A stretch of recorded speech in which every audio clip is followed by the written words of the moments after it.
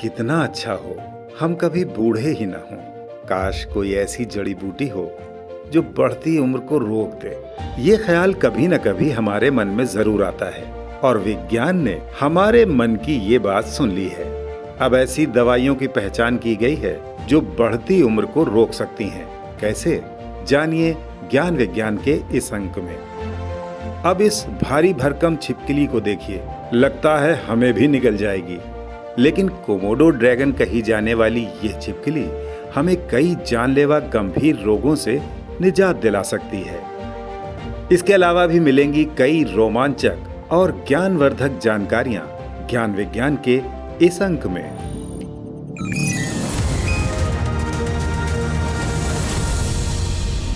नमस्कार। विज्ञान, प्रौद्योगिकी, आविष्कार और नवाचार से जुड़ी जानकारियों के कार्यक्रम ज्ञान विज्ञान में आपका स्वागत है। मैं हूं राकेश अंदानिया। आज हम बात करेंगे, क्या बूढ़ा होना रोका जा सकता है? जानेंगे एक अनोखी छिपकली कोमोडो ड्रैगन के बारे में और बताएंगे कैसे और कब शुरुआत हुई टूथपेस्ट की। तो चलिए शुरू करते हैं ज्ञान विज्ञान का ये रोमांचक सफर। बढ़ती उम्र को रोकना और हमेशा जवान बने रहना वैज्ञानिक शोध कार्यों में सदा शामिल रहा है। कुछ शोध कार्यों के नतीजों से अब इसकी संभावनाएं भी नजर आने लगी है। वैज्ञानिकों के मुताबिक ऐसी खास दवाएं हैं जो मनुष्य की बढ़ती उम्र को रोक सकती है। ज्यादा जानकारी दे रही है हमारी ये स्पेशल रिपोर्ट। जवान रहना कौन नहीं चाहता? हर किसी की तमन्ना होती है कि वो हमेशा जवान रहे, लेकिन ऐसा सच में मुमकिन हो पाना बड़ी असाधारण बात लगती है। पर अब यही असाधारण सी बात सेनोलिटिक्स औषधियों की मदद से बड़ी सामान्य सी लगने लगेगी। सेनोलिटिक्स औषधियां दावा करती हैं कि वो बढ़ती उम्र को रोककर आपको हमेशा जवान रखेंगी। सेनोलिटिक्स औषधियां सेनोलिटिक एजेंट की मदद से पुरानी कमजोर सेनेसेंट कोशिकाओं को निशाना बनाती हैं, जो हमारे शरीर में घूमती रहती हैं। जैसे जैसे हमारी उम्र बढ़ती रहती है, वैसे वैसे ये कोशिकाएं हमारे शरीर में बढ़ती जाती हैं और ऐसे पदार्थ स्रावित करती हैं जो स्वस्थ कोशिकाओं को भी कमजोर कर सकते हैं। शोधकर्ताओं ने हाल ही में सेनोलिटिक्स औषधियों की मदद से कमजोर पड़ रही कोशिकाएं जो वृद्ध हो रही हैं, उनकी योग्यता को लौटाने में सफलता हासिल की है। शोधकर्ताओं ने एक ही परिस्थिति में एक ही उम्र के 2 डियर माउस पर अपना अध्ययन शुरू किया। अध्ययन में देखा गया कि जो डियर माउस वृद्ध हो रहा था वो काफी कमजोर और दुबला नजर आ रहा था, तो वहीं दूसरा डियर माउस जिसे सेनोलिटिक औषधियां दी गई थीं, वो काफी फुर्तीला और स्फूर्ति भरा रहा। शोधकर्ताओं ने सेनोलिटिक्स के साथ उपचार कर यह जाना कि इस औषधि से चूहों के रक्त में इतना बदलाव आ जाता है कि करीब 2 साल के चूहे 8 महीने के चूहे लगने लगते हैं। शरीर को कुशलता पूर्वक कार्य करने और विभिन्न जगहों तक रक्त पहुंचाने के लिए हृदय का स्वास्थ्य होना और रक्त पंप करने वाले ऊतकों को सटीकता से काम करना जरूरी है। लेकिन बढ़ती उम्र के कारण कोशिकाएं बूढ़ी होती जाती हैं, जिससे हमारा शरीर बीमारियों से घिरा रहता है। हालांकि शोधकर्ताओं के अध्ययन से ये पता लगा है कि सेनोलिटिक दवाएं पुरानी पड़ चुकी कोशिकाओं को हटा देती हैं, जिससे उनकी पड़ोसी कोशिकाएं सामान्य तरह से कार्य करने लगती हैं। इतना ही नहीं, ये औषधि आंख की तकलीफ से लेकर स्लिप डिस्क को ठीक करने में भी कारगर साबित हुई है।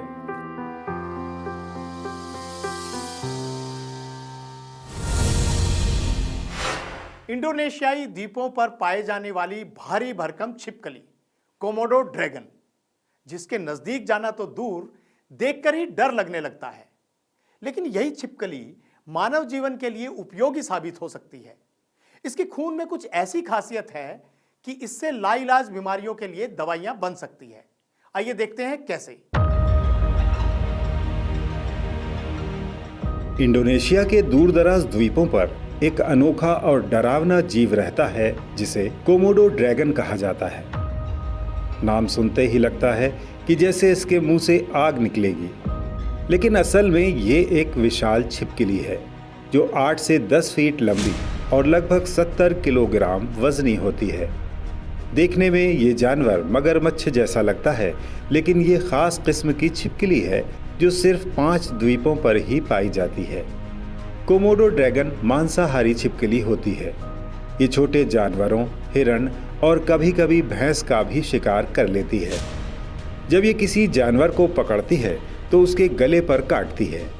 इसके काटने में एक बड़ा रहस्य छिपा है।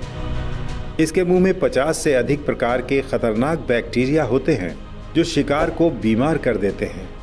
धीरे धीरे शिकार कमजोर पड़ जाता है और कोमोडो ड्रैगन आराम से उसका पीछा करते हुए उसे खा जाता है। लेकिन यहाँ एक और दिलचस्प बात है। जब कोमोडो ड्रैगन आपस में लड़ते हैं और एक दूसरे को काटते हैं तो उन पर इन बैक्टीरिया का कोई असर नहीं होता। वैज्ञानिकों ने सोचा कि कोमोडो ड्रैगन के खून में शायद कुछ खास तत्व हैं जो उसे संक्रमण से बचाते हैं। अमेरिका में जॉर्ज मेसन विश्वविद्यालय के वैज्ञानिकों ने इस पर शोध करने का फैसला किया। उन्होंने कोमोडो ड्रैगन के खून का परीक्षण किया और उसमें पाए जाने वाले 50 से ज़्यादा एंटी माइक्रोबियल पेप्टाइड्स में से 48 का अध्ययन किया। वैज्ञानिकों ने पाया कि ये छोटे प्रोटीन बैक्टीरिया से लड़ते हैं और उन्हें ख़त्म कर देते हैं। इन पेप्टाइड्स में से 8 को 2 खतरनाक बैक्टीरिया सूडोमोनास और स्टेफाइलोफोकस पर आजमाया गया, जिन्हें दवाइयों से मारना बहुत मुश्किल होता है। आश्चर्यजनक रूप से 8 में से 7 पेप्टाइड्स ने दोनों बैक्टीरिया को रोक दिया। इससे साबित हुआ कि कोमोडो ड्रैगन का खून सच में अद्भुत है। वैज्ञानिकों का मानना है कि इन पेप्टाइड्स से भविष्य में ऐसी दवाइयां बन सकती हैं जो खतरनाक बैक्टीरिया को हराने में सक्षम होंगी। इस तरह कोमोडो ड्रैगन का खून इंसानों के लिए एक गुप्त वरदान साबित हो सकता है जो हमें बीमारियों से बचाने में मददगार होगा।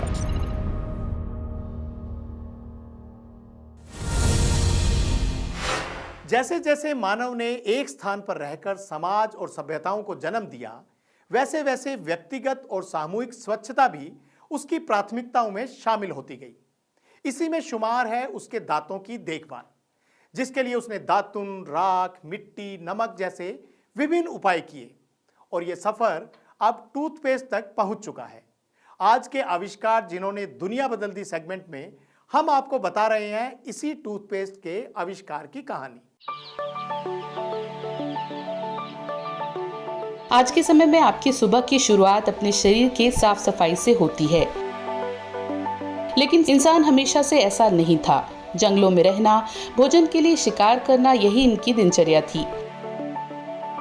लेकिन समय के साथ इंसान के खान पान में काफी बदलाव हुए।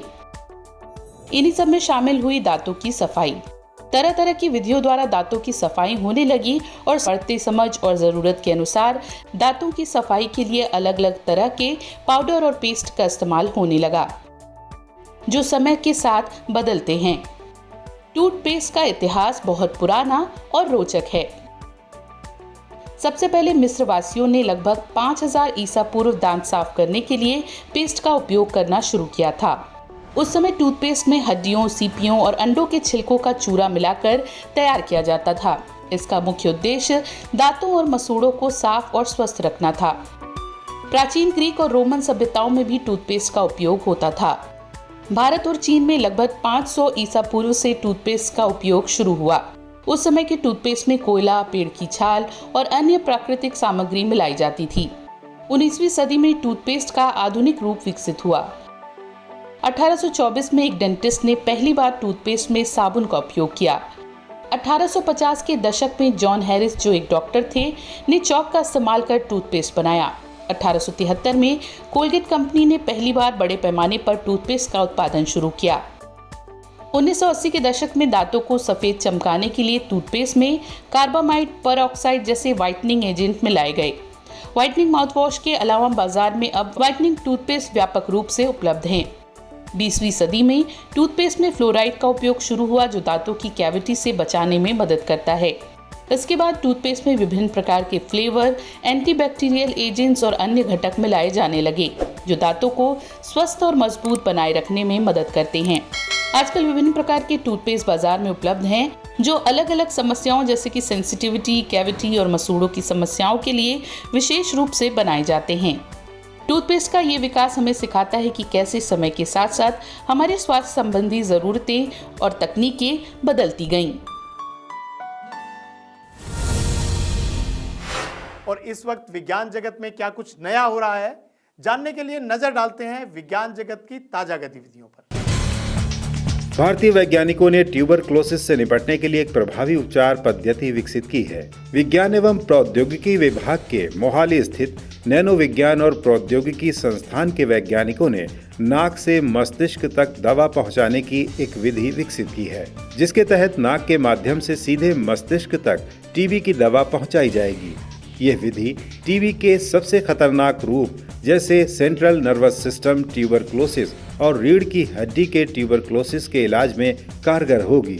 वैज्ञानिकों ने टीबी की दवाओं को सीधे मस्तिष्क तक पहुंचाने के लिए काइटोसन से बने नैनो कणों के छोटे समूह बनाए हैं, जिन्हें काइटोसन नैनो एग्रीगेट्स कहा जाता है। ये तरीका टीबी के लिए अधिक प्रभावी उपचार विकल्प प्रदान करता है। आर्कटिक में बढ़ती गर्मी के कारण ध्रुवीय भालू यानी पोलर बेयर 2 प्रकार के बैक्टीरिया के संक्रमण के चपेट में आ रहे हैं। प्लॉज 1 में प्रकाशित एक नए अध्ययन के अनुसार शोधकर्ताओं ने अलास्का और रूस के बीच चुकची सागर में रहने वाले ध्रुवीय भालू के खून और मल का अध्ययन किया। इससे ये पता चला कि ये भालू ग्लोबल वार्मिंग के कारण अपना घर खो रहे हैं, जिसकी वजह से उन्हें ज्यादा समय जमीन पर बिताना पड़ रहा है। यही कारण है कि भालू कीटाणुओं के संपर्क में आ रहे हैं, जो इनके मौत का कारण बन रहा है। आज के कार्यक्रम में इतना ही। उम्मीद है आपको हमारा ये प्रयास पसंद आया होगा। अगर आप हमारे साथ जुड़े रहना चाहते हैं तो हमारे इस चैनल को लाइक करें, सब्सक्राइब करें और अपने दोस्तों के साथ शेयर जरूर करें। हम अगले हफ्ते फिर हाजिर होंगे ऐसी ही कुछ नई पुरानी रोमांचक जानकारियों के साथ। तब तक के लिए नमस्कार।